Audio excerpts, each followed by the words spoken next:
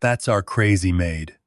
My son's voice came through the open front door with a burst of laughter behind it. A shoe scraped across fabric. Linda made a small sound, more breath than voice. I dropped my carry-on. The wheels cracked against the stone walk, and my wife looked up from the doormat. Her left sleeve had split at the seam. One shoe was missing. The skin along her wrist was red where someone had grabbed her, and the sharp smell of Derek's expensive cologne drifted through the doorway over the warmer smell of roasted meat. "Dad?"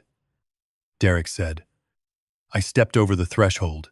6 people sat around our dining table with wine glasses and folders in front of them. My son stood nearest the door in polished brown shoes. Dirt streaked the lower edge of Linda's blouse, where he had dragged one sole across it. "I'm Jack Sullivan, 59 years old, and for most of my adult life I ran a commercial cleaning company. 30 years of walking into buildings after other people made messes taught me one useful habit. Don't touch anything until you understand what happened." That habit barely survived the next 10 seconds. Derek spread his hands. "You're home early. Pick up your mother's bag." His smile tightened. "Dad, you don't know what happened. Pick it up." Linda's leather purse lay beside a console table several feet inside the house. Her phone was half visible through the open zipper. Derek glanced at his guests, as if I were the one embarrassing him. Mom had another episode. I was trying to keep her from making a scene. Linda pushed herself upright against the doorframe. "He took my bag when I told him these people needed to leave. See?" Derek said softly. "This is what I've been dealing with." I walked toward him. His guests stopped moving. A fork touched a plate with a small metallic click. The air conditioner hummed above us. "Enjoy this house tonight," I said. "Tomorrow you won't be living here." The color left Derek's cheeks, but his eyes didn't go to me. They went past my shoulder to a gray-haired man seated near the far end of the table. Martin Keene. I hadn't seen Martin in almost a year, but I knew that narrow face and those rimless glasses. He had handled commercial contracts for Sullivan Commercial Services before I sold 70% of the company 3 years earlier. Martin wasn't smiling. Neither was a broad-shouldered man beside him. The others looked down at their folders. Derek recovered first. "Can we not do this in front of everybody? You made your mother part of the entertainment." "That isn't what happened." Linda came inside and took her purse from my hand. Her fingers closed around it hard enough to whiten the knuckles. "He locked me out, Jack." Derek exhaled through his nose. "I asked you to calm down. You took my phone. For safekeeping." Linda looked at him. "From me?" Nobody laughed this time. I wanted every person at that table gone, but Linda's sleeve was torn and her wrist needed ice. I put my hand lightly beneath her elbow. "Kitchen," I said. Derek moved to block us. "Dad, these people flew in for this meeting, so finish it somewhere you own." His jaw shifted. That was when I noticed the presentation folders. The cover read Sullivan Integrated Facilities. Underneath was a photograph of our house. Not Derek's apartment, not an office. Our house. Linda and I crossed into the kitchen. The refrigerator motor kicked on, loud in the sudden quiet. I wrapped ice in a dish towel and handed it to her. "How long were you outside?" "I don't know. Maybe 40 minutes. Why didn't you go to the Carsons?" "I tried." She pressed the ice to her wrist. I got to the sidewalk and felt lightheaded.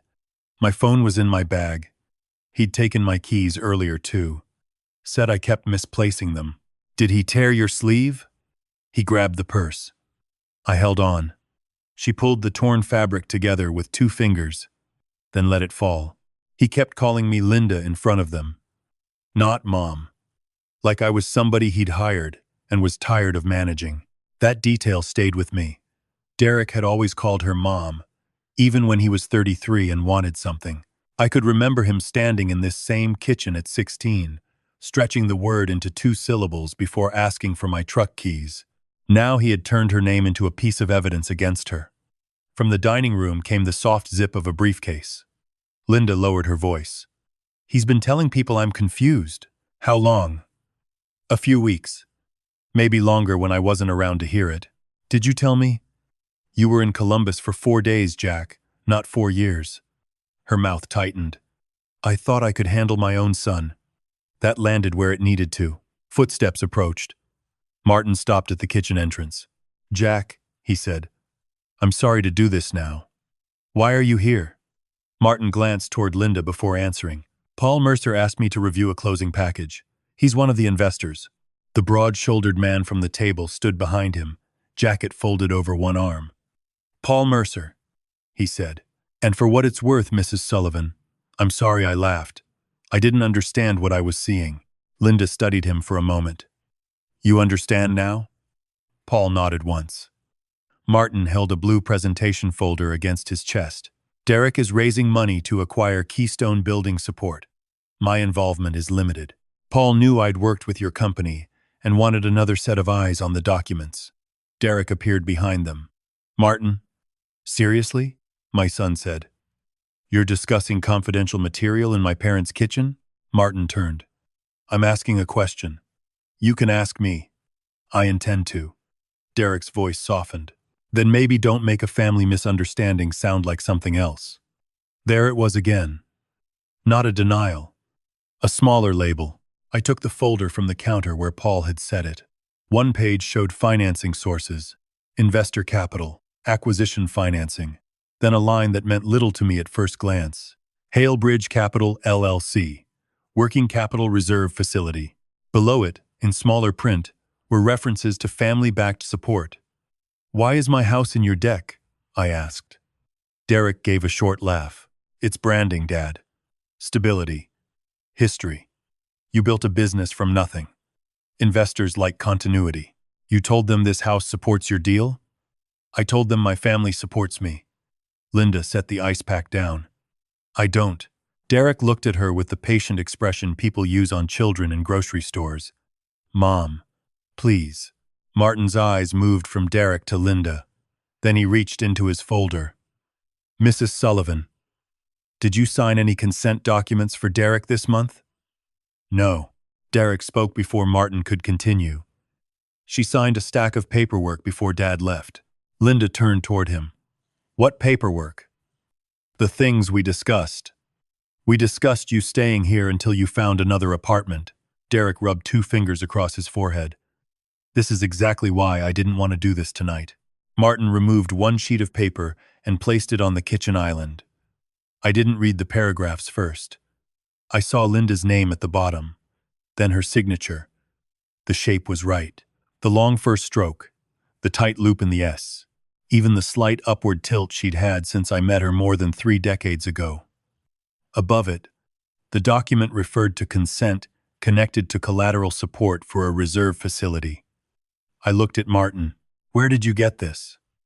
"It was included in material circulated before tonight's meeting." "By whom?" Martin didn't answer immediately. Behind him, Derek said, "Dad, stop." That one word told me more than his explanations had.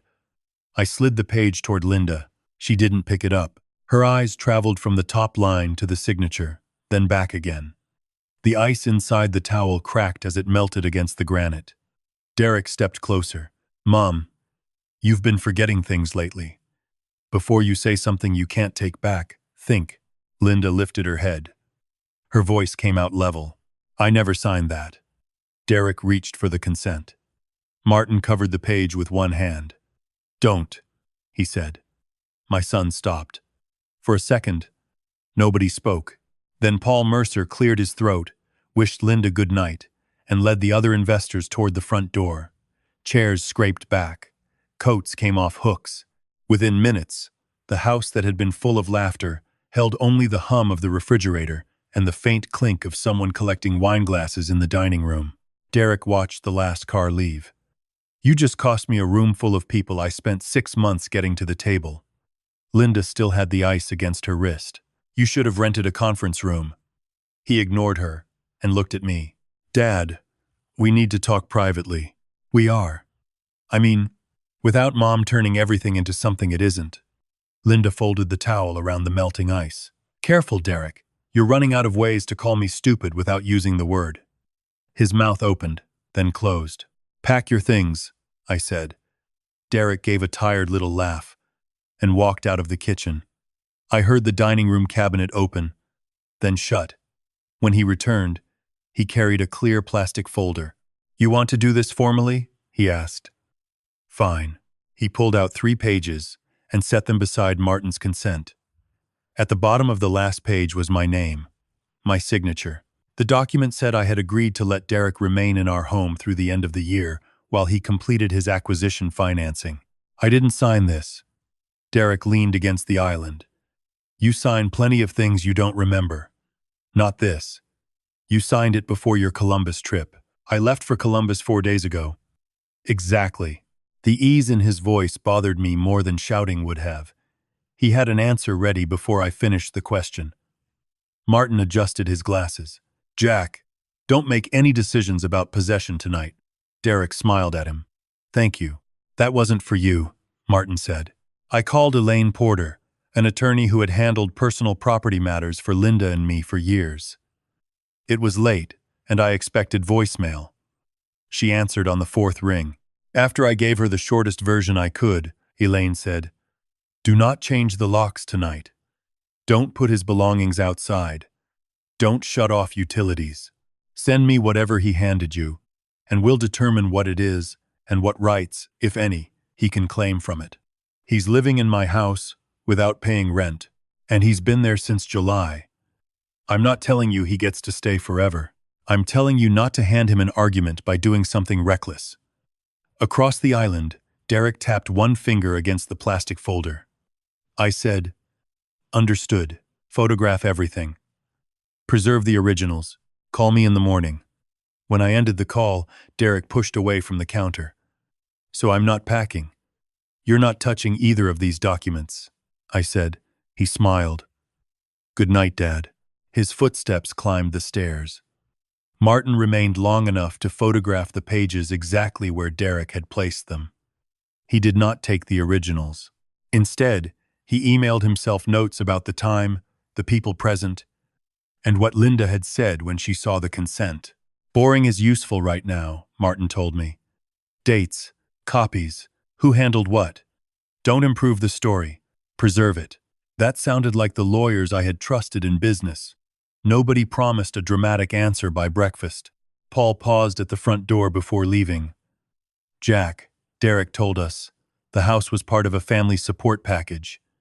He never said he owned it. Did he say Linda approved it?" Paul looked toward the kitchen. "He said both parents were on board." Then he left. Before Martin left, he pointed at the occupancy agreement without touching it. "One more thing. Don't assume this paper is valid because it looks polished." Derek, halfway up the stairs, turned around. "It is valid." Martin looked at him. "Then it can survive being examined. You worked for my father. You're hardly neutral. I worked on contracts. Paper doesn't care who I used to represent." Derek stared down at us, one hand on the banister. "You all want this to be sinister, because that's easier than admitting Mom has been slipping." Linda set the towel on the counter. "You locked me outside. I gave you space, with my phone inside." His answer took a second too long. Martin picked up his coat. "That delay is why nobody should destroy anything tonight." Linda waited until Derek's bedroom door closed above us. "He started with my keys." I turned toward her. 3 weeks ago," she said. "I couldn't find the car keys. Derek said I'd left them in the refrigerator." "Did you?" "No. He found them in his jacket pocket the next morning." She told me about the purse next, twice. It had disappeared from the entry table and turned up in places she never used. Derek began making jokes about it. Then came the comments in front of delivery drivers, neighbors, anyone who would listen. "Mom's having one of her days. Mom gets mixed up. Don't worry, I've got her." Tonight, when Linda told him he could not use our house to impress investors, he took her bag and keys. She grabbed the strap. The seam of her blouse tore when he pulled back. "He opened the door and told me to cool off outside," she said. Then he locked it. I looked at the red mark on her wrist. "Why didn't you tell me sooner?"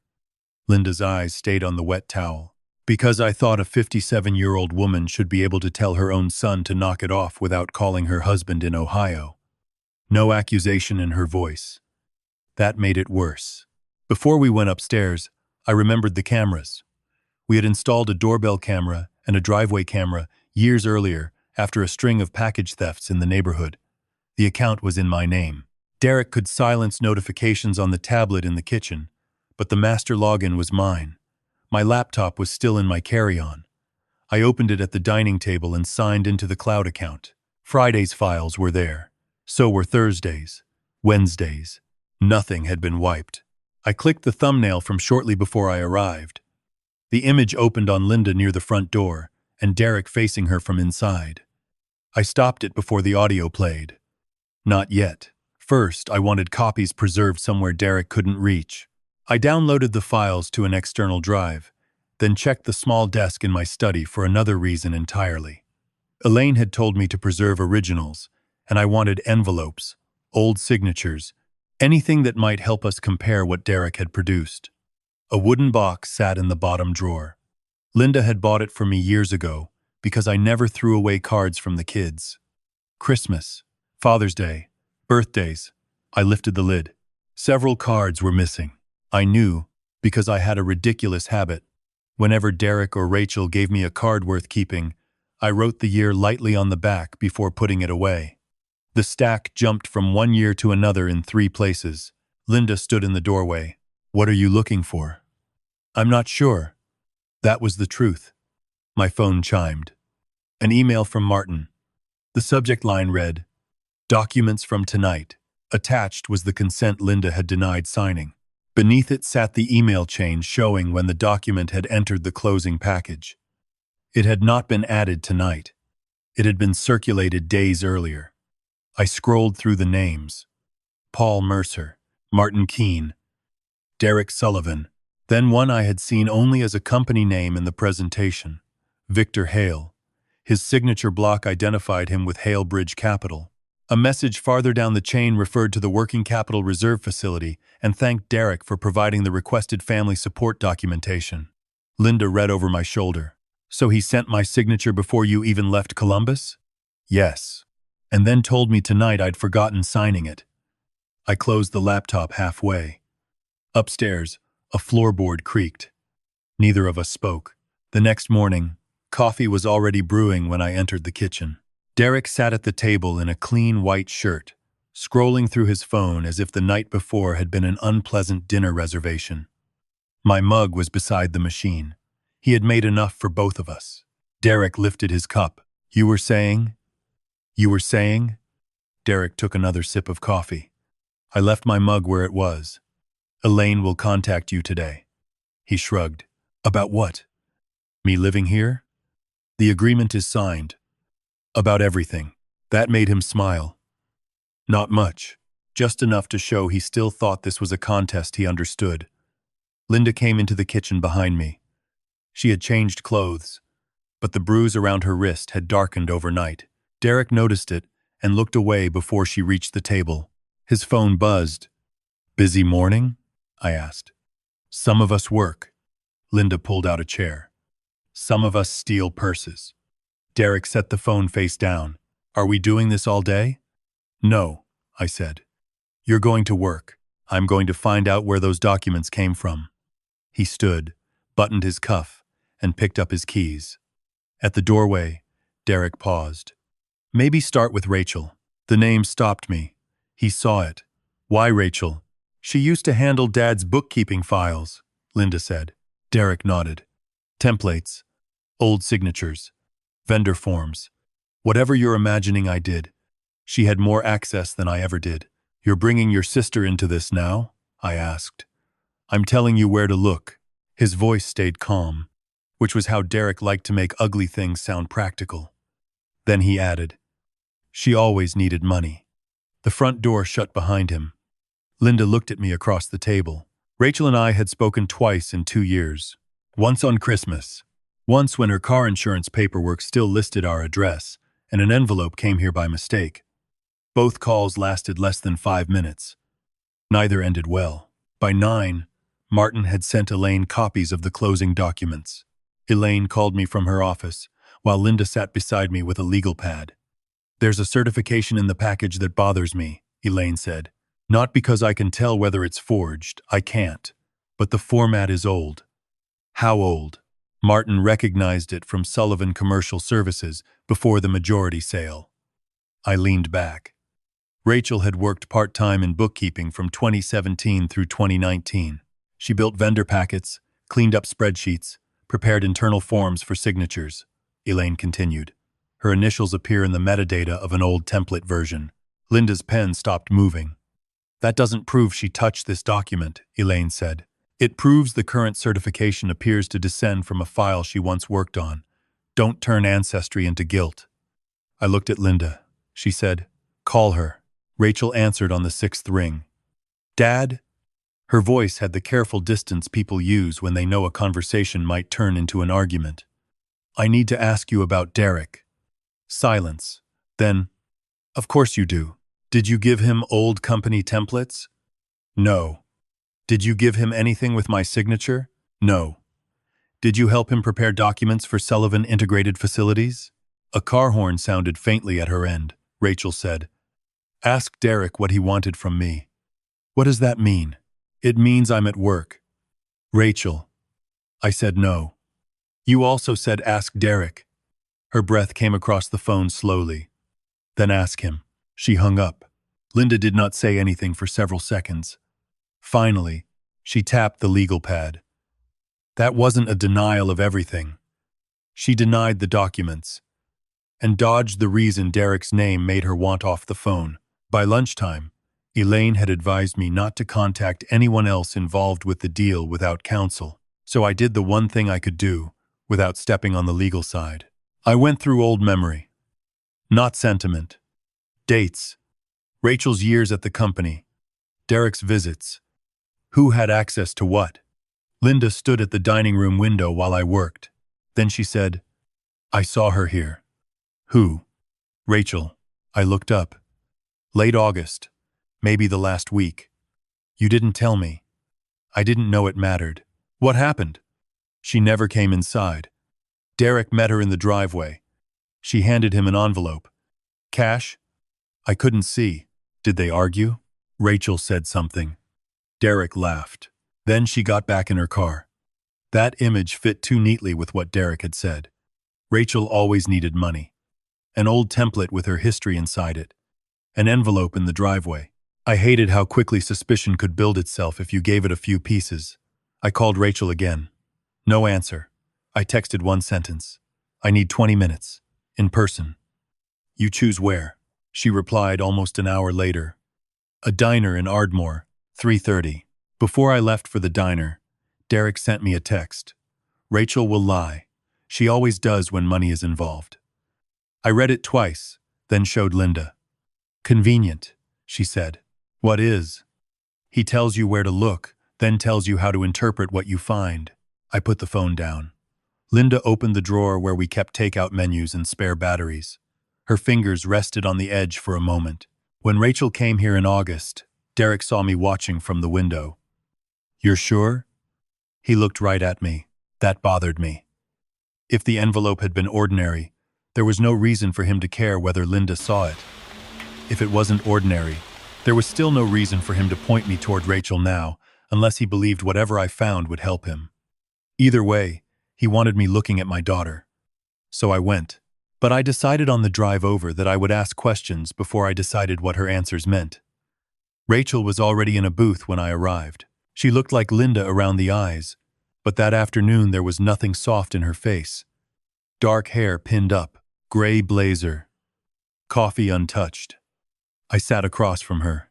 "You look tired," I said. "Don't." "Fair enough." A server put down water and left. Rachel folded her hands. "What did Derek tell you?" "That you had access to old company forms." "I did." "That you needed money." A short laugh escaped her. "There he is." "Who?" "My brother." I waited. Rachel stared through the window at traffic moving along Lancaster Avenue. "What exactly are you accusing me of?" "I'm asking whether you helped Derek with those documents." "No." "Did you give him an envelope last month?" "Yes." "What was in it?"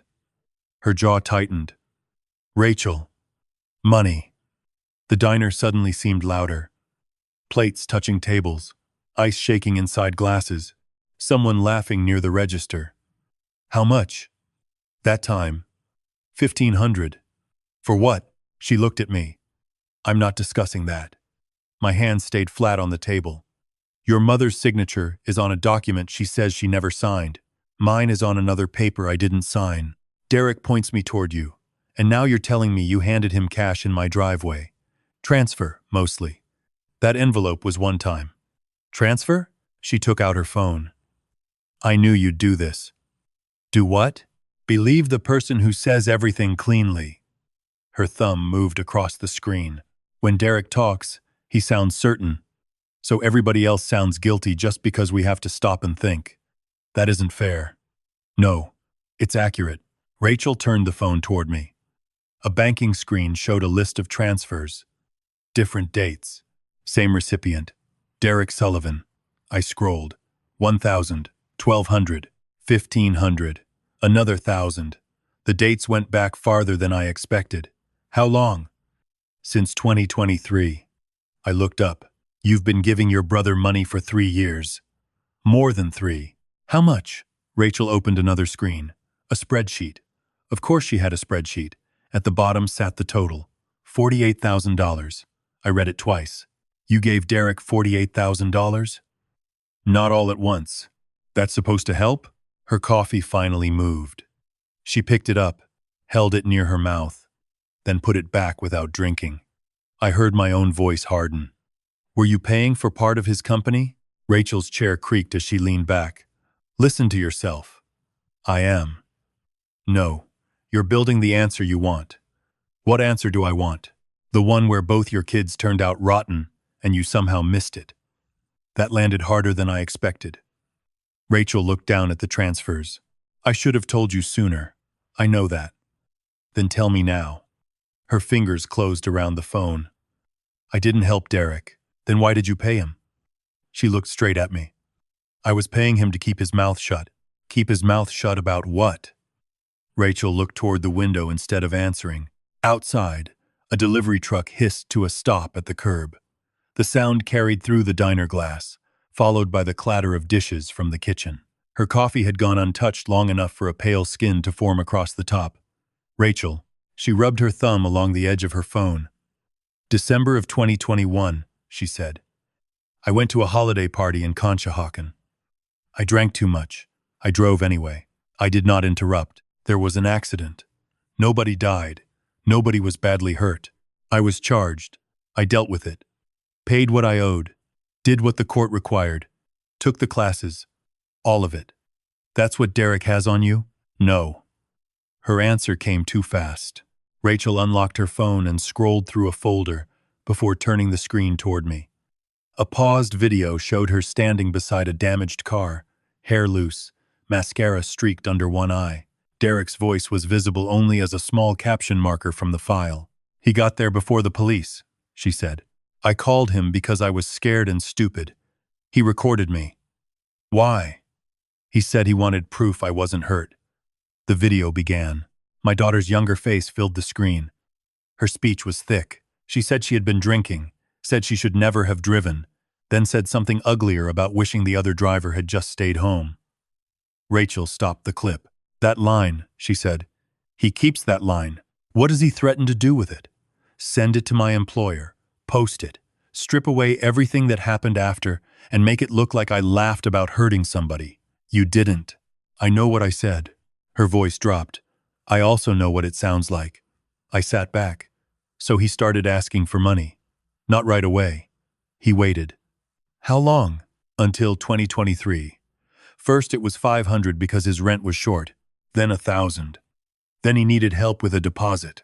Every time I tried to stop, he sent me a still frame from the video. Rachel tapped another folder. Messages. Dozens of them. Derek never wrote, "Pay me or I release this." He was smarter than that. Need help this month. Would hate for work to get stressful for you. You know how quickly people misunderstand old mistakes. Rachel watched me red. He always left himself room to say I misunderstood. Why didn't you come to me? A bitter smile crossed her mouth. I tried once. When? 2 Christmases ago. I asked if you thought Derek had gotten too comfortable using family money. I remembered the conversation. I had told her not to compete with her brother. The memory sat there between us. Rachel closed the message thread. You said I was keeping score. I looked down at the table. I was wrong. Yes. No drama. No forgiveness either. Just yes. When I got home, Linda was at the kitchen table with Elaine on speakerphone. I placed Rachel's screenshots beside the legal pad and gave them the short version. Elaine listened without interrupting. When I finished, she said, Rachel needs her own legal advice about the blackmail issue. Don't turn her phone into family evidence without preserving it properly. She'll cooperate. Good. Then let her lawyer help with that. Linda looked at me.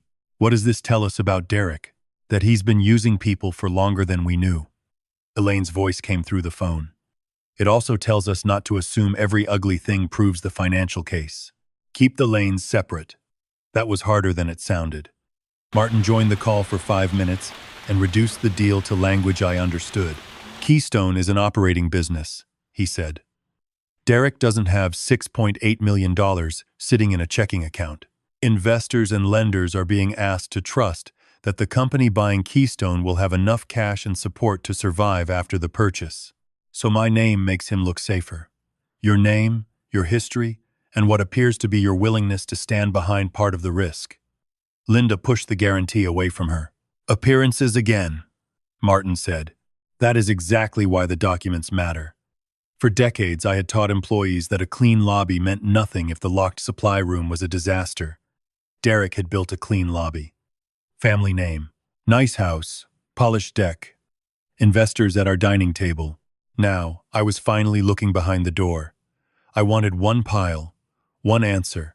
Instead, we had Linda's forged consent, my suspicious occupancy agreement, an old company template linked historically to Rachel, and 3 years of payments Derek had extracted from his sister. Elaine emailed another document while we were still on the call.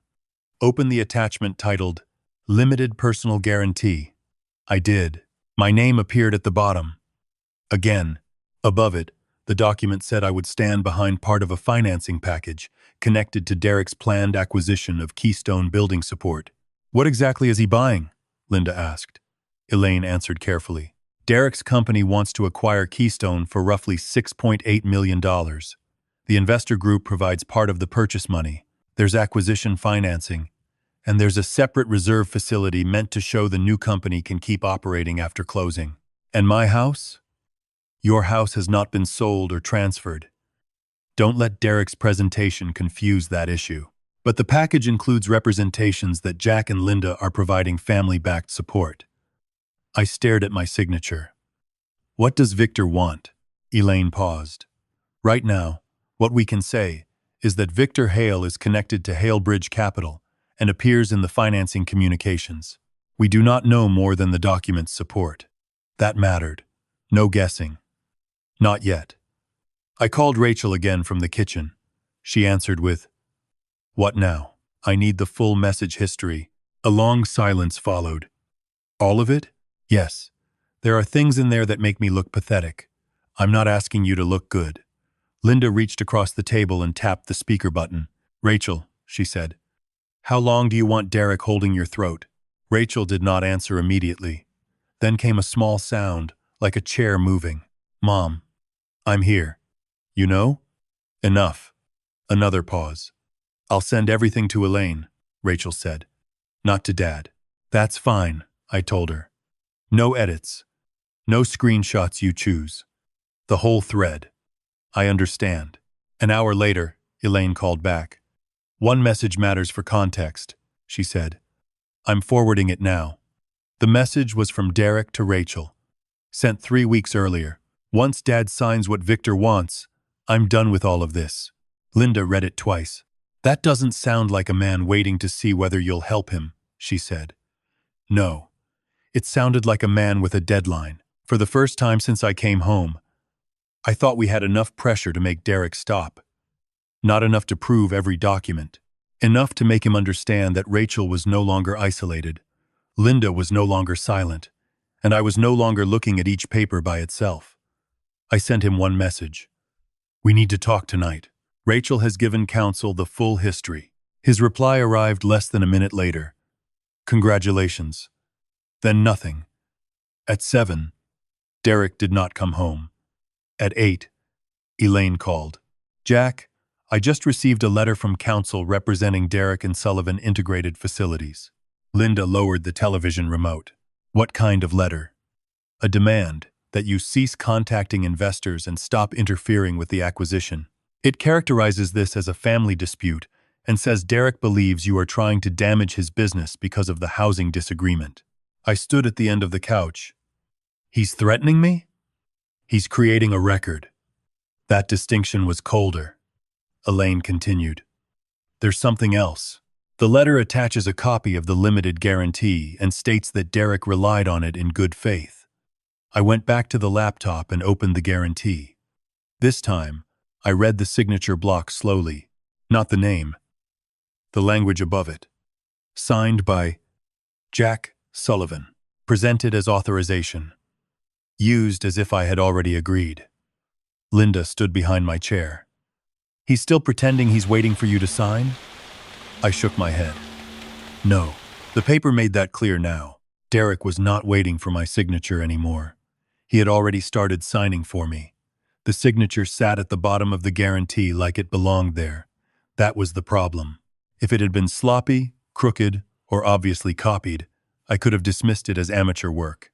Instead, it carried the same long first stroke I'd used for years, the same hard turn in the middle, even the small upward finish that Linda used to tease me about.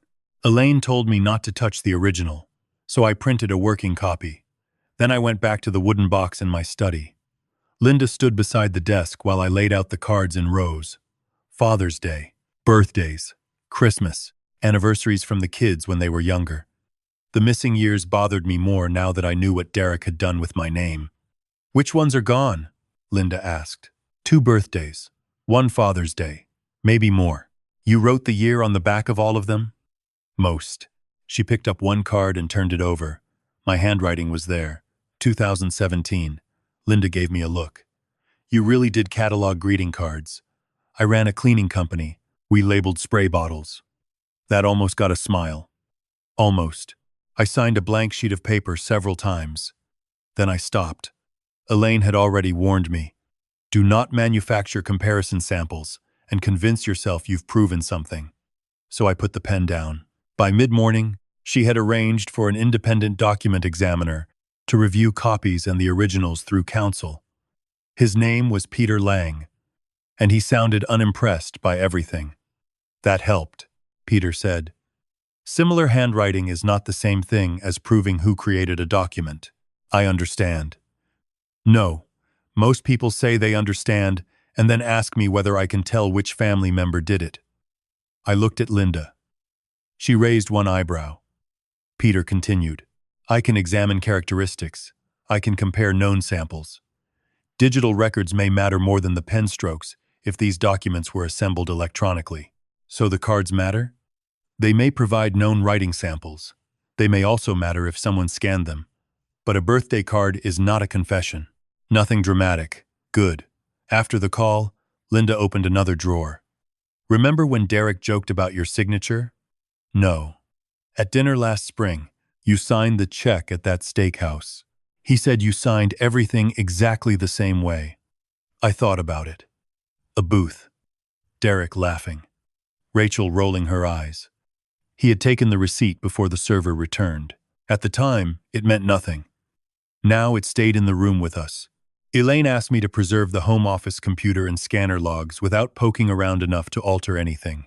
A local digital forensics technician came that afternoon, imaged what he needed, and left with less conversation than the plumber who had fixed our garbage disposal.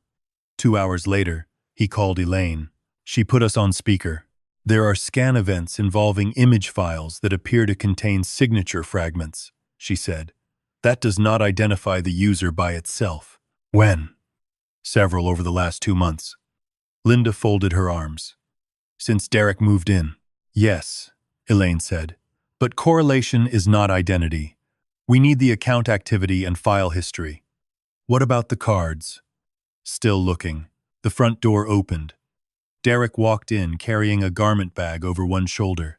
He stopped when he saw the papers spread across the dining table. What is this? Preservation, I said. His eyes moved to the cards. Then back to me. You're serious. Very. Derek set the garment bag on a chair. You're accusing me of stealing birthday cards now? I'm asking why they're missing. Maybe you lost them.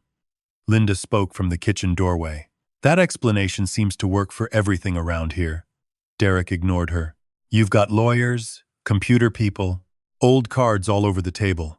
Do you hear yourself? Yes. You're building a felony out of stationery. I picked up one of the copies. No. I'm trying to find out who used my name. His jaw moved once. You really think I sat at a scanner clipping pieces of your signature like some teenager making a fake permission slip? I didn't say that. You didn't have to. Derek looked down at the cards again. For a second, he seemed less angry than interested. That caught my attention. Where are the missing ones? I asked. No idea. Rachel says she saw some at your old apartment. That landed. Not hard, but enough. His face changed by a fraction. You talked to Rachel. She talked to counsel. Of course she did. Derek picked up the garment bag again. You're going to regret letting her steer this. Linda stepped aside so he could pass. As Derek reached the stairs, she said, Funny, you told us to look at her. He stopped, then kept walking. That evening, Rachel called. She had spoken with her own attorney and authorized Elaine to use the message history relevant to Derek. There's something else, Rachel said. What? When I went to his apartment last year, I saw a stack of cards on his desk. Mine? I didn't read them. Did you recognize them? One had that stupid lighthouse on the front. You used to buy cards from that shop in Cape May. I remembered the card. Linda had bought it for Derek's birthday and asked me to write something inside because she said my notes sounded less sentimental than hers. I had written 3 paragraphs and signed my full name. Rachel continued. I asked why he had old family cards out. He said he was cleaning. Why didn't you tell me? Because at the time, Dad, they were cards. That was fair. The next day, Peter Lang called Elaine with a preliminary observation. One forged certification contained a signature that appeared to be assembled from more than one known pattern rather than written naturally in a single movement. He was careful. Preliminary, he said. Can you prove which sample it came from? I asked. Not yet. Can you prove Derek made it? No. Every answer stopped before giving me what I wanted. That was starting to feel useful. Then the digital technician found something different. A folder on the home scanner's local history contained thumbnail remnants of several image files. Some appeared to be crops of signatures. Again, no user identity, but one file name included a date. Linda leaned over my shoulder. That was after he moved in. Yes. And before the dinner. Yes. We did not say more. Elaine did. Do not confront him with this yet. Why? Because we still don't know whether he created the source files here or imported them from somewhere else. That question became the next one. Not whether signatures had been scanned, where the document structure came from. Late that afternoon, Peter asked for one more round of known samples. I gave counsel old checks, business records, and selected cards that had never left our possession. Linda found a Father's Day card from years earlier with the same long first stroke as the guarantee. She held it beside the copy. Close. Too close. No, she said. Look at the end. The final upward line on the card stopped shorter than the one on the guarantee. A tiny difference. Not proof. Just a reminder that whoever made the document had been studying details. My phone rang. Elaine. Her voice sounded different this time. Slower. We found something in the version history of the certification. I sat down. What? The base file predates the scan activity in your house. How far? Several weeks. Linda took the chair beside me. Elaine continued. The earliest version we can see was created in a shared document environment associated with a consultant who has worked with Victor Hale. I looked at the greeting cards spread across the table. So Derek didn't create the original template here. That is not what I said, Elaine replied. I said the older file existed before the activity we're seeing on your home system. Important difference. What does that mean? It means the signatures are a problem. She paused. The older file is the bigger one. I had spent 2 days looking inward, at our house, our children, our drawers, our old mistakes. Now the trail pointed outside the family, not away from Derek, past him. That distinction mattered, because it changed the question I needed answered next. I no longer wanted to know only how my signature had been copied. I wanted to know who had built the document that needed it. Who built the document that needed it? That question followed me into the next morning. Elaine called before 9.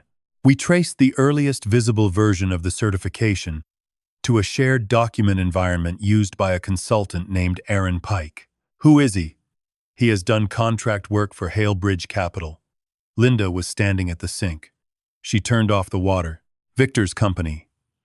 Yes, Elaine said. But slow down. A consultant relationship does not prove Victor ordered anything improper. I looked at the printed email chain from the investor package. What does prove something? Documents that say what people actually asked for. Martin joined the call 10 minutes later. He had found one. The email was 3 weeks old. From Victor Hale to Derek. Need clean family authorization in place before closing. Investor group will not tolerate ambiguity around support. I read it twice. Clean family authorization. 43. Clean family authorization. Martin said, that phrase is not illegal. No, but it tells us Victor cared about it. Linda dried her hands on a dish towel, and Derek told Rachel, once Dad signs what Victor wants, he's done. Elaine said, correct. Those pieces belong next to each other, not on top of each other. Another email came through while we were speaking. This one was from Victor to Derek, and a small group copied on the transaction. Halebridge Reserve Facility cannot proceed without satisfactory, family-backed support documentation and confirmation of authority. I heard the word authority differently now. Not approval. Authority. You knew about this reserve facility before, Martin said. I saw the line on the deck. Most investors would. That's the point. It looked ordinary. I pulled up the presentation from the dinner. Acquisition financing. Investor capital. Halebridge Capital Working Capital Reserve Facility. It had been sitting in front of me since Friday night. Linda leaned over my shoulder. So Victor's money only comes in if Derek proves we're standing behind him. That is what the documents appear to require, Martin said. The front door opened before I could answer. Derek walked in. No jacket, no tie. His shirt collar was open, and for the first time since I came home, he did not look prepared for an audience. He saw the laptop on the table. Are they on the phone? I muted the call. Who? Martin. Elaine. Pick one. What happened? Derek rubbed both hands over his face. Victor's cutting me loose. Linda stayed where she was. You said that like we should be surprised. He looked at her. Mom. Not now. Still calling me Mom when you need something. His mouth tightened. I pointed at the chair across from me. Sit. Derek sat. What does cutting you loose mean? He's moving everything through counsel. He won't take my calls. Why? Because you started waving fraud around. I challenged signatures I didn't make. And now he's making sure every bad document has my name closest to it. That your name? Yes. Your company? Yes. Your investors? His fingers tapped once against the table. Yes. Then start there. Derek leaned forward. You don't understand how this was structured. That sentence is getting old. He brought me the framework. Victor. Yes. What framework? The acquisition structure, Halebridge, the reserve piece, the investor syndicate, and the fake signatures? No. The answer came sharp. I did not say Victor told me to forge anything. Linda looked at him. Interesting choice of words. Derek stood, then sat again. He kept saying family support had to be clean. No uncertainty, no last-minute questions. I unmuted the phone. Elaine's voice came through immediately. Derek, if you're going to discuss this, you should assume your own attorney would prefer you stop. He stared at the phone. You're recording me? No, Elaine said. I'm listening to a call Jack already had open. I'm telling you to get advice before you make statements that hurt you. Derek pushed back from the table.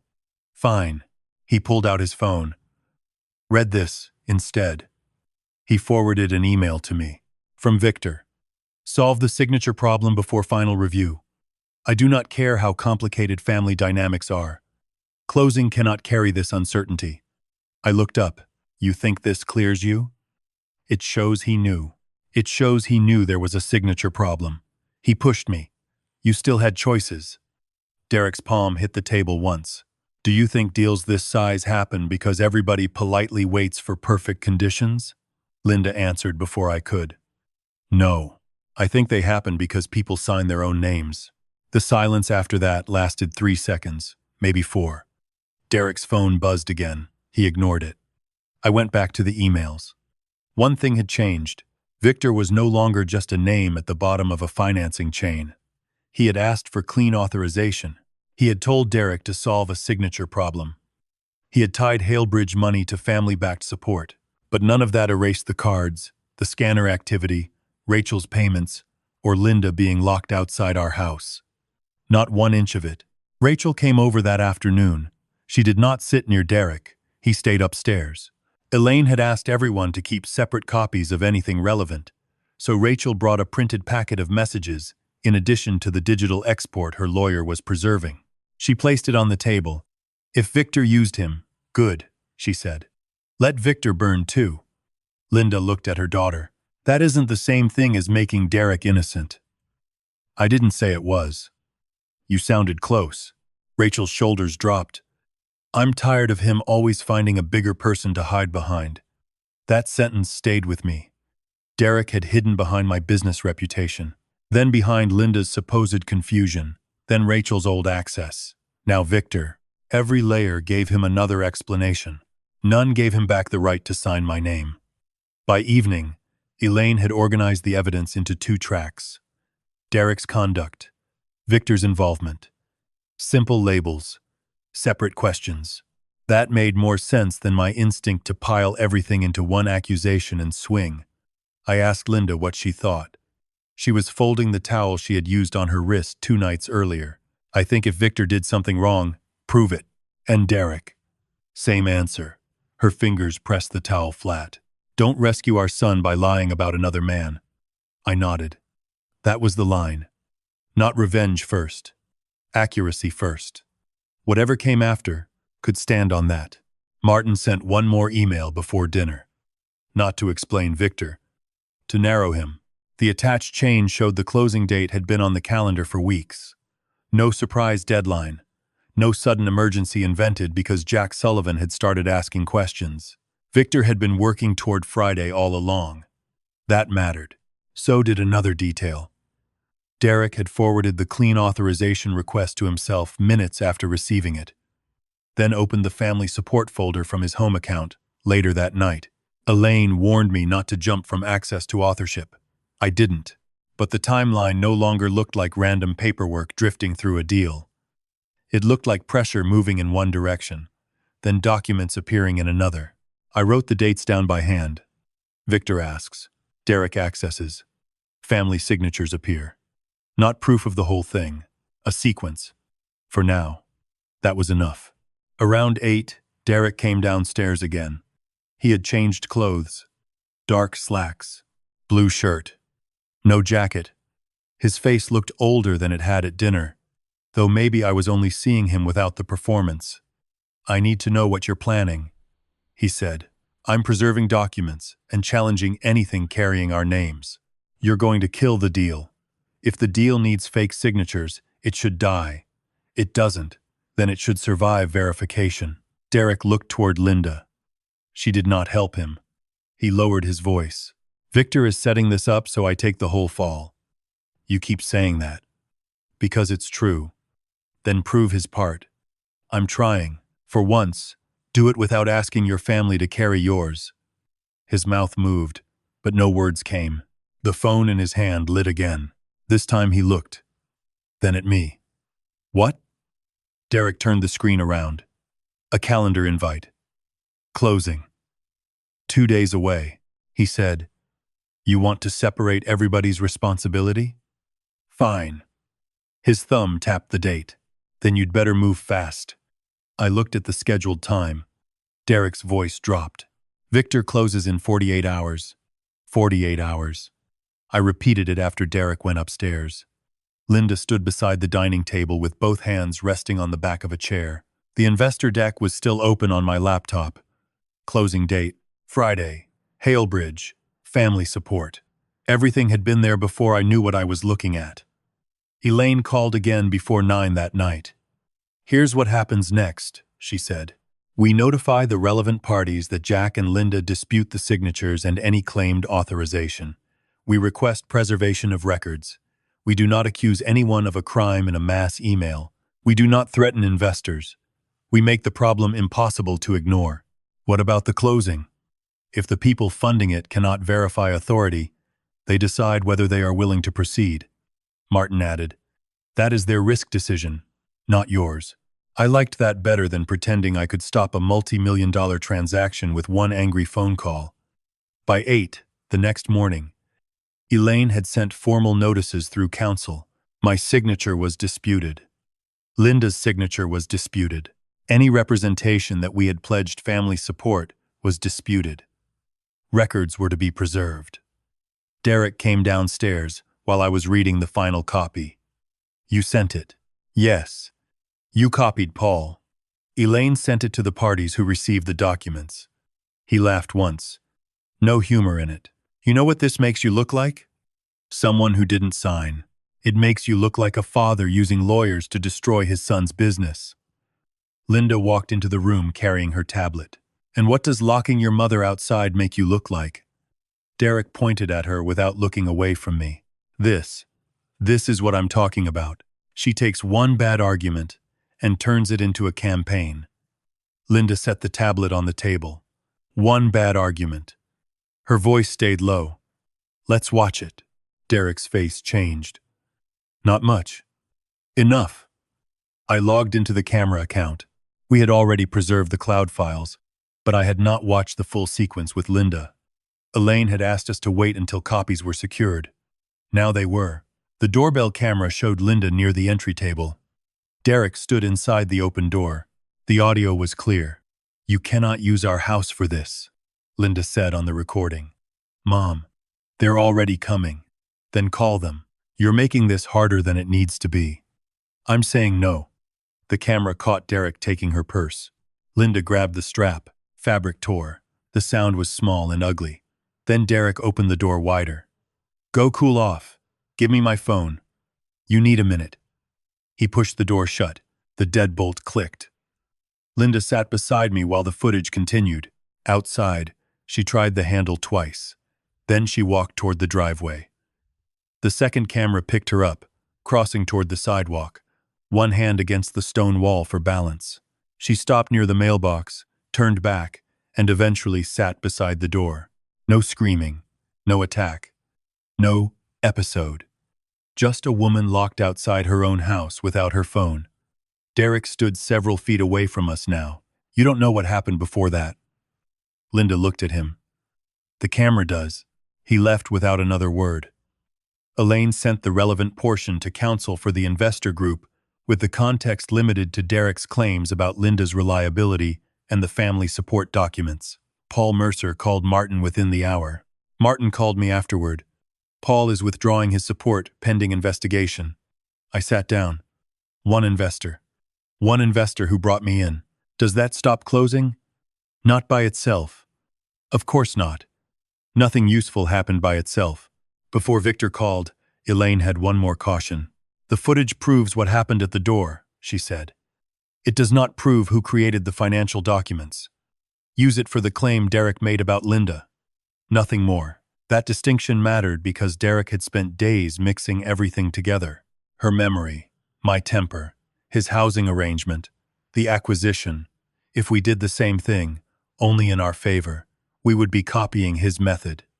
So the footage stayed in its lane. It showed Linda was not confused about being locked outside. It showed Derek had taken her purse.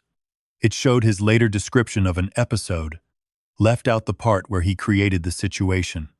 That was enough. And because it was clean, Paul could act on it without having to believe every other accusation we were still trying to prove. For the first time, one piece of evidence had done exactly one job and done it cleanly. Around noon, Derek sent a message to the investor group, claiming the dispute had become personal after I tried to remove him from the house. Elaine forwarded it to me with one sentence: "Do not answer him directly." So I didn't. That afternoon, Victor Hale called. Not Derek. Me. His voice was smooth and low, the kind that made every sentence sound pre-approved. "Mr. Sullivan, I think this situation has become unnecessarily public. It became public when documents carrying my name entered a financing package. I'm not calling to debate authenticity. Good. I'm calling because there may be a way to contain the damage." Linda was across the table listening on speaker. Elaine had told me I could take the call but not bargain without counsel. "What damage?" Victor paused. "Your son is exposed. So are the people who accepted bad documents. I wouldn't assume equal exposure." There it was. Careful. Neat. "What are you offering?" "A private resolution. Withdrawal of disputed family support. Replacement financing. No public accusations." "And Derek?" Another pause. "Derek made representations in his own company's name." Linda's eyes moved to mine. Victor continued. "If you force every question into the open, he may discover there are consequences no father can negotiate away. You sound concerned for him." "I'm concerned for the transaction." That was the first fully honest sentence I had heard from him. "I'm not agreeing to anything," I said. "I expected that. Then why call?" "To make sure you understand that if this collapses, your son will be standing closest to the paperwork." The call ended 2 minutes later.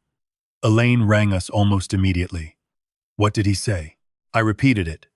She was quiet for a moment. "Do not interpret that as a confession." "I won't. But preserve your notes of the conversation." "Already done." At 3:15, Martin called. "The acquisition closing is on hold." I stood up so quickly the chair legs scraped the floor. "Because of our notice?" "Because the funding parties cannot verify the family authorizations, and Paul's withdrawal made the risk harder to ignore." Linda sat very still. "So it stopped." "For now," Martin said. "For now." Still, those 2 words felt better than anything I had heard all week. Derek came home after 5. He did not ask whether closing had been delayed. He knew. He walked straight past us. At the stairs, I said, "It survived verification, right?" He stopped. "You think you won?" "No." "Good." He went upstairs. That answer stayed with me. After dinner, Linda brought 2 cups of tea into the study. Neither of us drank much. For the first time since Friday night, the house was quiet without feeling like Derek controlled the silence. The acquisition had not closed. Paul had stepped back. The signatures had been challenged. Victor had shown me exactly how willing he was to leave Derek nearest the wreckage. A small release. Nothing more. Martin called at 9:40. His first words erased it. "Jack, open the investor deck from Friday." I did. "Go to the financing page. Acquisition financing. Investor capital. Hale Bridge Capital. Working Capital Reserve Facility." I'm looking at it. That facility is documented separately from the acquisition financing. So putting the acquisition closing on hold does not automatically stop every obligation or fee tied to the reserve arrangement. Linda moved closer. I stared at the line I had seen the night I came home. A line I had treated like background. "You're saying there's another deal?" "No," Martin said. "I'm saying there is another door inside the same deal."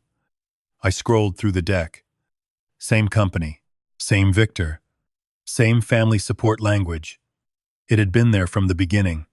Martin exhaled into the phone. "We stopped the door they wanted us to watch." His voice lowered.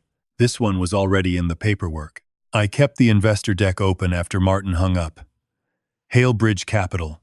Working Capital Reserve Facility. A line I had read 3 times without understanding what it could still do after the acquisition itself stalled. By 8 the next morning, Elaine had the reserve documents. She called with Martin already on the line. The facility relies on two things we need to separate, Elaine said.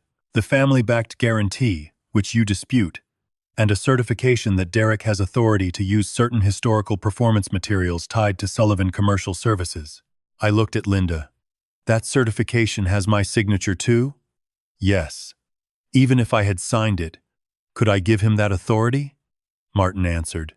Not the way the document describes it. That got my attention. When I sold 70% of Sullivan Commercial Services 3 years earlier, I kept a minority interest. I did not keep control of daily operations. I did not own the current client database. I did not have the right to hand my son active customer information because he wanted investors to believe his startup had deeper roots than it did. Martin said, "You could speak about your own history. You could provide materials you personally own, but you could not authorize Derek to use current client data controlled by the majority owner. So, the certification overstates what I could give him, even if the signature were real." Yes. Linda sat back. That's almost impressive. What is? I asked. He forged permission from a man who didn't have all the permission he was pretending to give. No one on the call laughed. Elaine said, "That weakens the representation. It does not tell us where any data actually came from." By 10, Derek had found a new answer. Rachel. He came into the study holding a printed email. "You want to know who had company files?" he said. "Ask your daughter." I didn't take the page. "What is it?" Rachel worked bookkeeping. She downloaded templates, vendor reports, client formats. She had access for years. Years ago. Files don't expire because Dad sells stock. Martin's warning from earlier came back to me. Old format was not current data. I said, "Did Rachel give you current client information?" Derek folded the paper once. "She had materials." "That wasn't my question." "You're protecting her now." "No, I'm asking you to answer." His jaw tightened. "She had access." There it was again, a smaller sentence where a direct answer should have been. I called Rachel, not to tell her I believed her, to ask for records.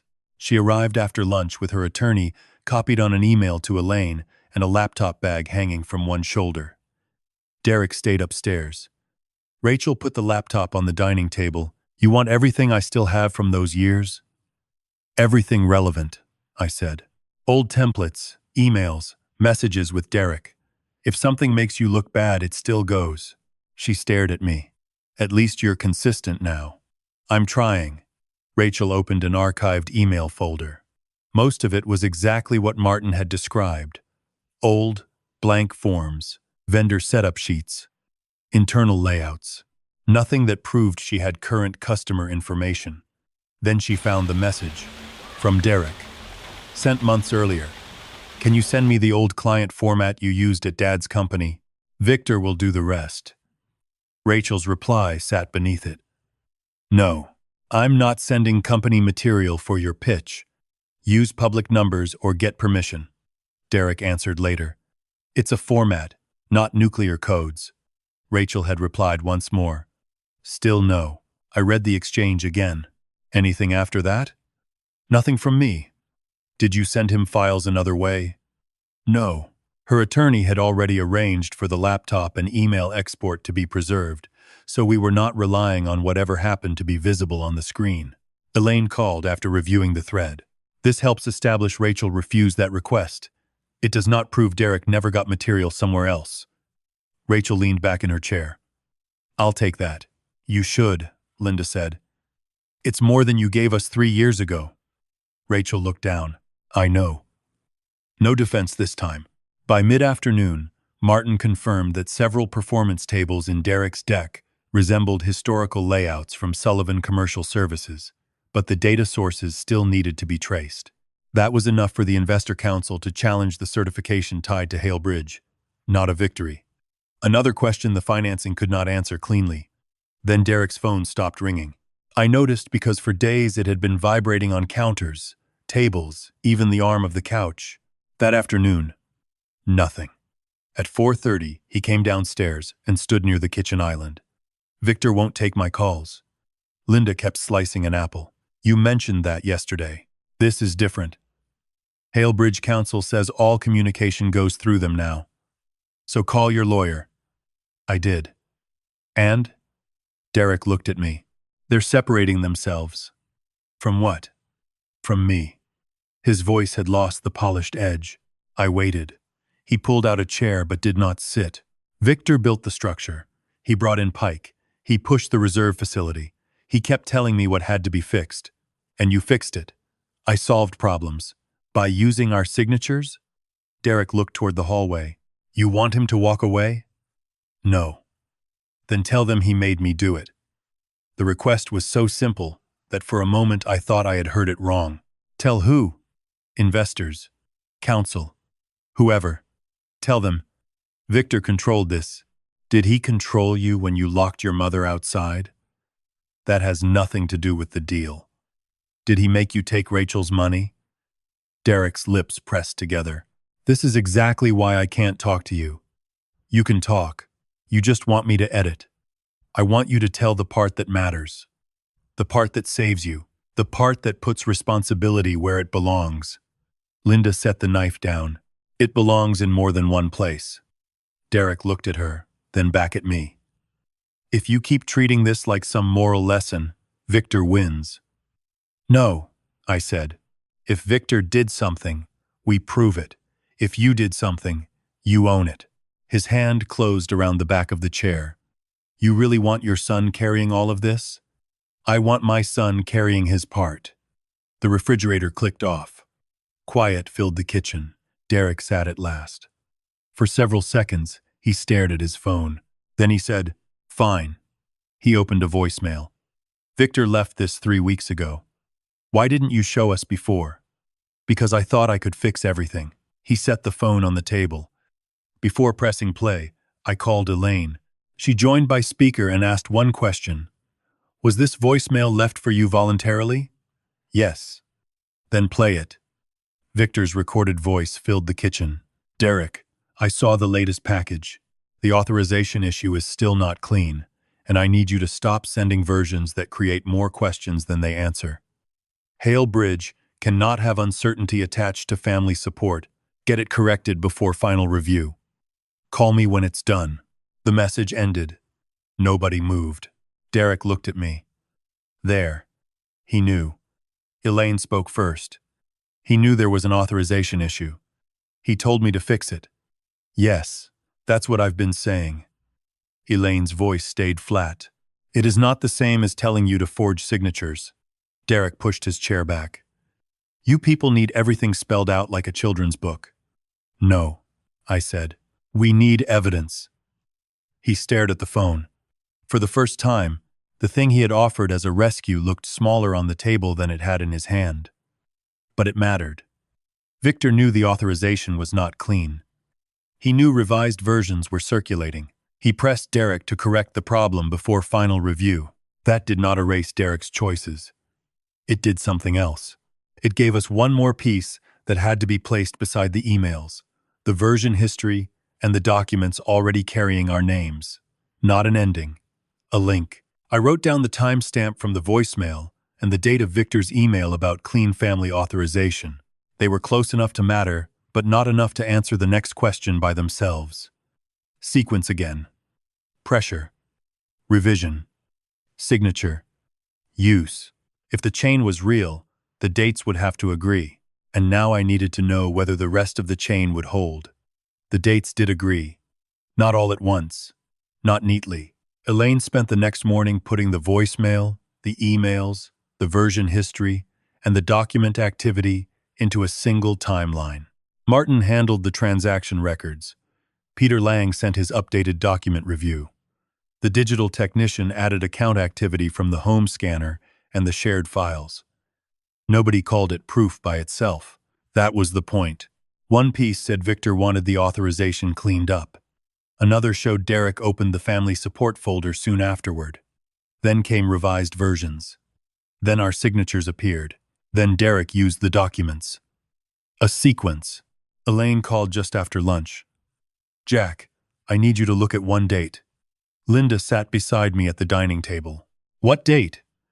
The limited personal guarantee says you executed it in person with Derek present on the Wednesday before closing preparation accelerated. I pulled up the copy. There it was. A date I had read before without giving it enough weight.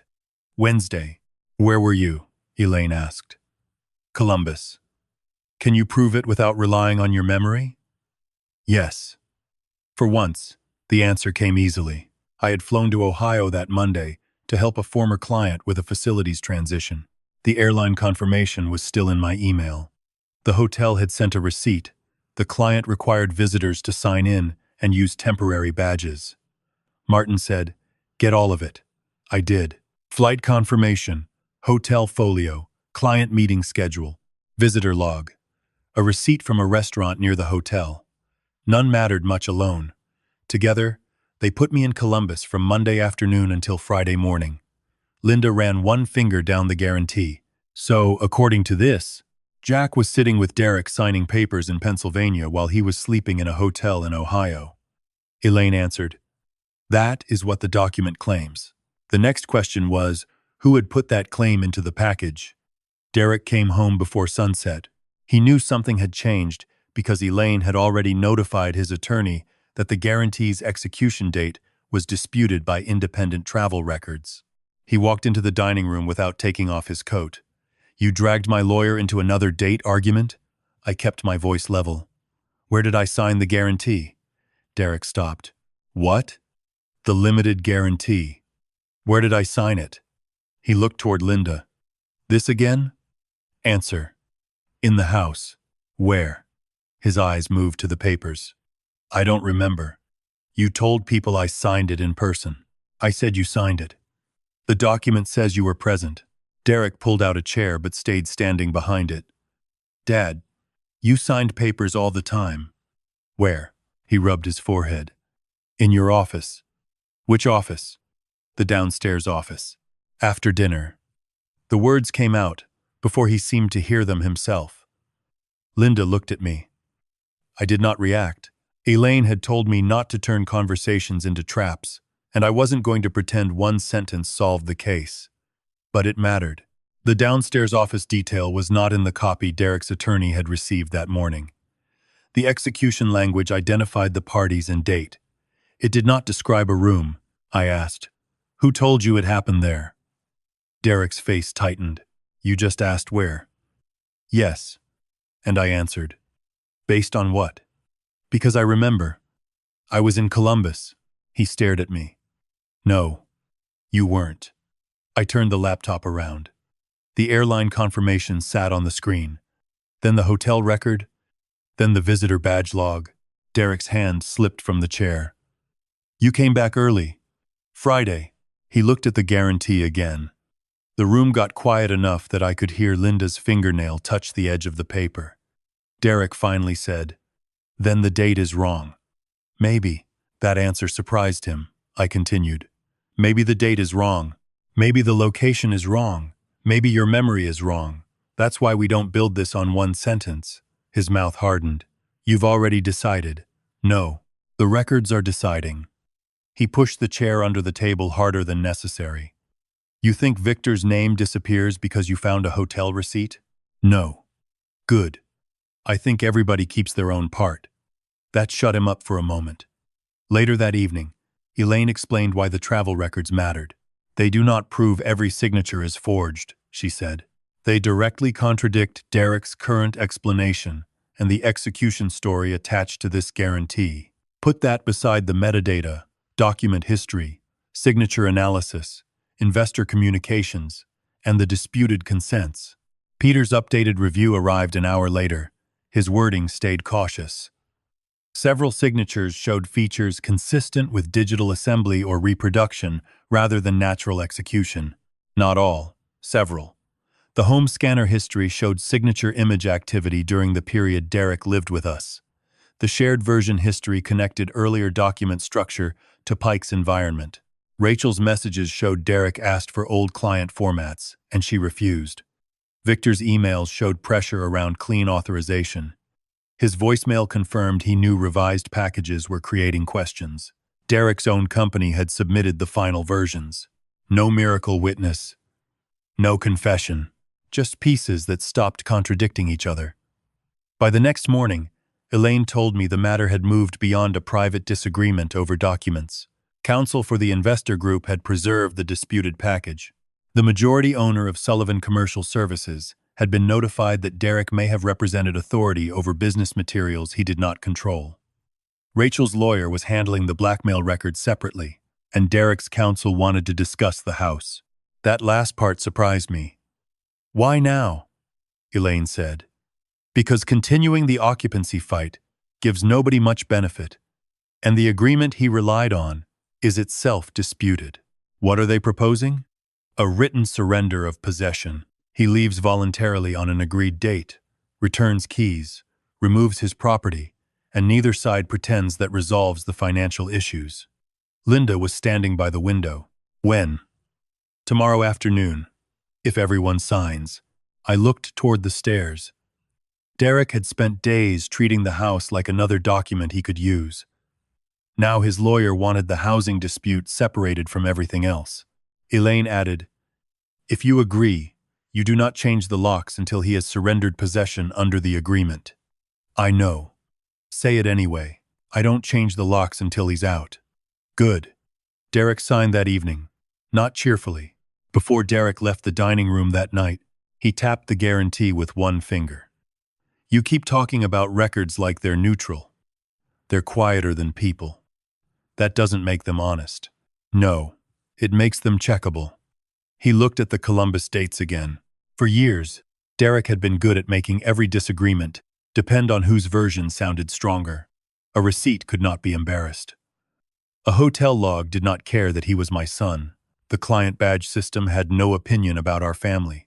That was why the pile in front of us finally carried weight. Not because any one item was dramatic, because Derek would have to explain all of them at the same time. He read every page twice. I watched him do it and almost laughed at the irony. But nothing about Linda's wrist or Rachel's transfers felt funny. When Derek finished, he capped the pen. "So this is what you wanted?" "No. You said I'd be out." "I said you wouldn't keep living here." "That sounds like the same thing." Linda was sitting across from him. "It isn't." Derek looked at her. She didn't explain. The next day he packed.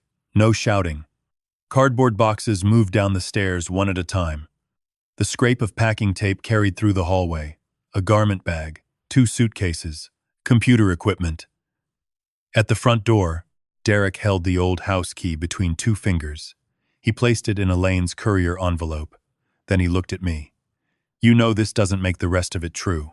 "I know. You still have time to tell people Victor ran everything." "I'll tell the truth about Victor." "And about me?" "The same." He looked past me toward Linda. She stood in the dining room. Derek waited, maybe for her to stop him. She didn't. The door closed behind him. The house sounded different without his footsteps upstairs. Not peaceful.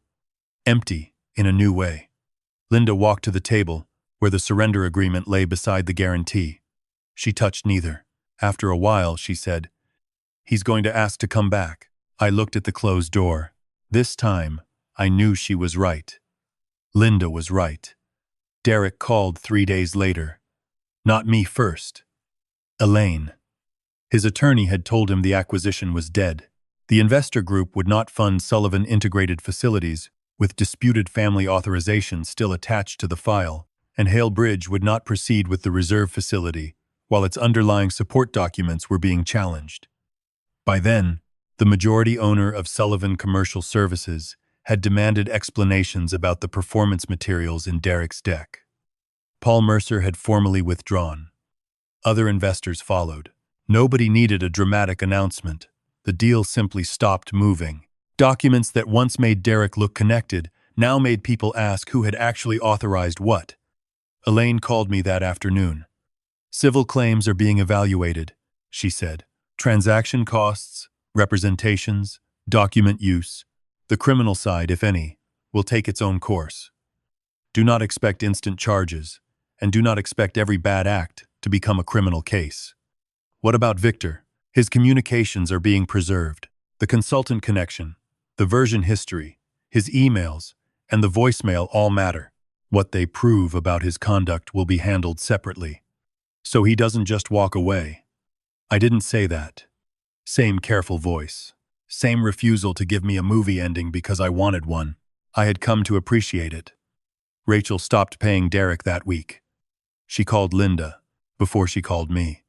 When I answered later, Rachel said, "He sent one message." What did it say? "You're making a mistake." And that's it. Did he mention the video? No. Did you answer? No. Her old accident did not disappear. Neither did the years she had spent paying instead of telling us. Rachel had started dealing with her employer and attorney on her own terms in case Derek released the video. For once, she was choosing the timing. That mattered more than pretending the past had been cleaned up. The locks were changed only after Derek's written surrender took effect, and Elaine confirmed he had returned possession. A locksmith came on a Tuesday morning. The drill whined against the front deadbolt while Linda stood in the hallway holding Derek's old key. The same doorway. The same stone outside. No one mentioned Friday night. We did not need to. When the locksmith finished, he handed Linda 2 new keys and tested the latch twice. She slipped one onto my ring. The other went into her pocket. Derek's old key stayed in her palm. Later, I found a small paper tag beside it on the kitchen table. Linda had written 2 words, "Does not work." I looked at her. "You planning something?" "No. That looks like planning. It looks like labeling." I almost smiled. There was the woman I had married, not restored to some version of herself from before Derek came home, just no longer willing to let him name the room. The first call from Derek came that evening. "Dad." His voice sounded tired. "Where are you staying?" "A hotel." "For how long?" "That depends." "On what?" "On whether my family decides to keep treating me like a criminal before anybody has charged me with anything." I leaned against the kitchen counter. "What do you want?" There was a pause. "I need somewhere to stay while this gets sorted." I looked across the room. Linda was reading at the table. She heard enough to understand. Derek continued. "I surrendered the house because my attorney said it would simplify things. That doesn't mean you have to pretend I'm a stranger. You want to come back. I want my family to act like family." That phrase. After everything else, he still preferred words that assigned duties to other people. "What have you said to your mother?" I asked. Another pause. "I've tried to call." "What did you say?" She didn't answer. That wasn't my question. His breathing came through the phone. "Dad, I'm dealing with lawyers, investors, Victor's people, possible claims. I don't have energy for another trial at home." "You mean an apology?" "I mean perspective." I closed my eyes for 1 second. There it was. Even now. "Linda decides whether she wants to speak with you. You're seriously putting this on her?" "No. You did." I ended the call. Linda closed her book. He asked to come back. "Yes." "What did you say?" "That you decide whether you want to talk to him." She nodded. Nothing more. 2 days passed. Victor's attorneys sent communications through formal channels. Derek's counsel disputed several allegations and insisted Victor had directed the structure. Investor counsel preserved the entire package. No one went to jail by Friday. No judge pounded a desk. But Derek's company lost access to the expected financing. Vendors who had been waiting for the Keystone acquisition began asking for confirmation that never came. His office lease became another bill instead of a symbol of expansion. The machine he had built around appearances had stopped producing anything useful. The next morning, Elaine forwarded a notice from Investor Counsel confirming that Sullivan Integrated Facilities would not be included in any restructured purchase of Keystone. If another buyer emerged, Derek would have no role in it. That was the first consequence he could not argue into a different shape. He had wanted the acquisition to prove he was finally bigger than my name. Instead, the deal had forced everyone to ask why my name was there at all. I did not call him. Neither did Linda. There was nothing useful left to negotiate inside the family that week. Then, Rachel forwarded one message to Elaine. Derek had written, "Tell Dad, Victor made me use the family support package. He knows how these guys operate." Rachel's reply was shorter. Tell him yourself. That night, Derek called Linda. She answered on speaker with me in the room. Mom. Linda said nothing. I know Friday got out of hand. Her eyes lifted from the table. Friday? I'm saying I should have handled it differently. You locked me outside. You were yelling. I told strangers to leave my house. I was under pressure. Linda's fingers touched the little paper tag attached to his old key. Derek continued, I'm not asking you to forget everything. That's generous. Mom, what are you asking? A few weeks. That's all. I need somewhere stable while my lawyer deals with this. Linda looked at me. Not for permission, just to make sure I was hearing the same thing. Then she said, Come tomorrow at 4. Derek arrived at 3:57. Of course he did. His rental car stopped in the driveway. I watched through the same front window where Linda had once watched Rachel hand him an envelope. Derek walked up carrying no luggage. That surprised me. Maybe he thought the answer was already yes. Linda opened the door before he knocked. He glanced at the new deadbolt. You changed it. Yes. You didn't waste time. The old one had problems. He looked at me standing farther inside. Can we talk like normal people? Linda stepped onto the porch and pulled the door nearly closed behind her. I stayed inside. This was hers. Derek lowered his voice. I said I'm sorry. No. You said Friday got out of hand.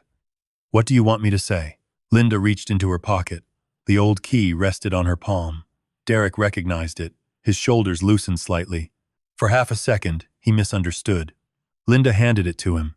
A white tag hung from the ring. Does not work. Derek read it. His thumb rubbed across the paper. Seriously? You wanted somewhere stable. This is my parents' house. Yes. I'm your son. Yes. He looked past her toward me. Dad? I did not move. Derek's voice sharpened. So this is punishment. Linda shook her head. No. Punishment is what courts decide. Consequences are what doors do when you no longer have a key. He stared at her. Then he pushed the old key into the new lock. It stopped halfway. Derek tried again. Nothing. The metal clicked against a lock that no longer knew him. Linda stood inside the threshold. My son stood outside. He looked down at the useless key in his hand. Can I at least come in and talk? Linda rested her hand on the door. You can apologize when an apology costs you something. Then she closed it. The latch caught. Once. Clean. And this time, Linda was on the inside. What this story leaves you with is not a lesson about winning an argument with your children. It is a lesson about the difference between love and permission. You can love your son or daughter deeply and still refuse to let them humiliate your spouse, misuse your name, manipulate other family members, or turn your home into a place where respect depends on who has the most leverage.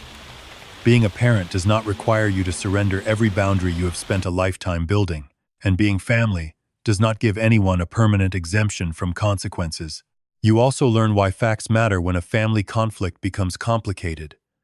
Anger may tell you that something is wrong, but anger alone cannot prove what happened. Records can, dates can, messages can, documents can. A camera can establish what actually happened at a door when someone later tries to describe the event differently. That does not mean you should secretly investigate everyone you love. It means that when serious accusations involve money, property, signatures, or coercion, you should slow down, preserve what already exists, and let each piece of evidence prove only what it truly proves. Do not exaggerate a weak fact just because it supports your side. A truthful case becomes stronger when you resist that temptation. There is another lesson in the way responsibility was separated. Derek could point toward Victor's pressure, but that did not erase Derek's own decisions. Victor's possible responsibility did not automatically make Derek innocent. The same principle applies outside a story. Someone may have influenced you, pressured you, or given you a terrible example, but there are still choices that belong to you. Accountability becomes meaningless when every person can escape it by finding someone more powerful to blame. The treatment of Linda also raises a question that many families avoid until the damage is obvious. What do you do when keeping peace requires one person to accept repeated disrespect? Silence may prevent an argument tonight, but it can teach the person causing the harm that tomorrow will cost them nothing. A healthy boundary is not revenge. Sometimes it is simply saying that access to your home, your money, your reputation, and your trust comes with conditions. Respect is one of them. And forgiveness should not be confused with immediate restoration. An apology is important, but words do not automatically rebuild access. Trust returns through changed behavior, accountability, and time. You can leave room for someone to become better without handing them the same key before they have changed. If you had been standing where Jack stood, how long would you have waited before confronting your son? Would you have allowed Derek back into the house because he was family? Or would you have kept the boundary Linda finally enforced? And if someone you loved had used your loyalty against another person you loved, how would you separate compassion from accountability? Maybe the most useful question is simpler. Have you ever had to say no to someone you loved because saying yes would have meant betraying yourself or someone who depended on you? If you have, share what helped you make that decision. Someone listening may be facing the same choice and may need to hear that love can remain even when the key no longer works.